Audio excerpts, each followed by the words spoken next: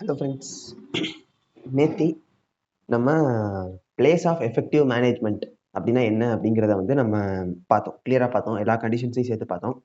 இன்னைக்கு அதை வச்சு ஒரு சின்ன சம் பார்க்கலாம். ஃபர்ஸ்ட், இந்தியன் மல்டிநேஷனல் குரூப் தான் அந்த கம்பெனி, ஓகேவா? அது ஒரு இந்தியன் கம்பெனி, விச் மீன்ஸ் என்ன அர்த்தம்? A company Indian company. அதோட சப்சிடரிஸ் இருக்கு. என்னென்ன சப்சிடரிஸ் அப்படின்னு பார்த்தீங்கன்னா, B company, C company, D company, 3 subsidiary இருக்கு. யாருக்கு? ஏ கம்பெனிக்கு.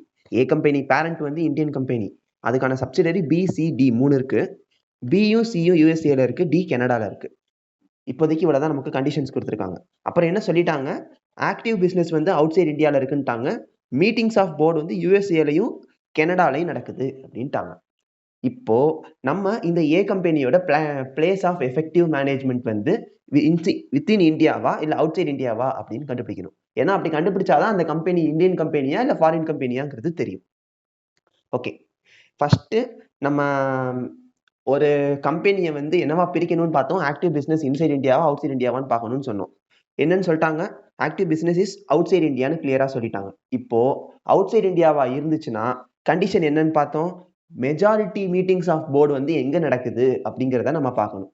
இப்ப நமக்கு மெஜாரிட்டி மீட்டிங்ஸ் ஆஃப் போர்டு எங்க நடக்குது? USA and Canada, which is outside India. அவுட் சைட்ல நடக்குதா? அப்போ நமக்கு என்னன்னு பார்த்தோம்? POEM is outside India. That's all. இந்த இதுல நமக்கு தெரிஞ்சுக்க வேண்டிய ட்விஸ்டான பாயிண்ட் என்னன்னு கேட்டீங்கன்னா, என்னதான் அதோட பேரண்ட் கம்பெனியே இந்தியாவா இருந்தாலும் ஆக்டிவ் பிசினஸ் அவுட் சைட் இந்தியாவில் நடந்துச்சுன்னா, அது மட்டும் இல்லாம meetings of board outside இந்தியாவில் நடந்துச்சுன்னா, அந்த கம்பெனியே ஓவராலா மொத்தமாவே அந்த கம்பெனியோட போயம் அவுட் சைட் இந்தியா தான்.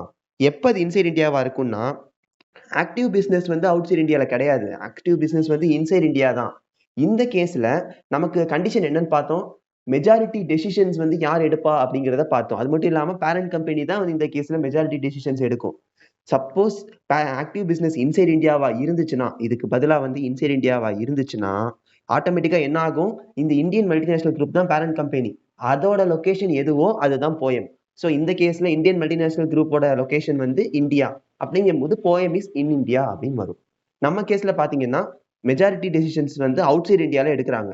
அதனாலதான் ஆட்டோமேட்டிக்கா நமக்கு அதோட போயமும் அவுட் சைட் இந்தியா அப்படின்னு வருது. இந்த மாதிரிதான் எக்ஸாம்ல நமக்கு சம் கொடுப்பாங்க. இதுல ஒரே ஒரு சின்ன அமெண்ட்மெண்ட் இருந்துச்சு.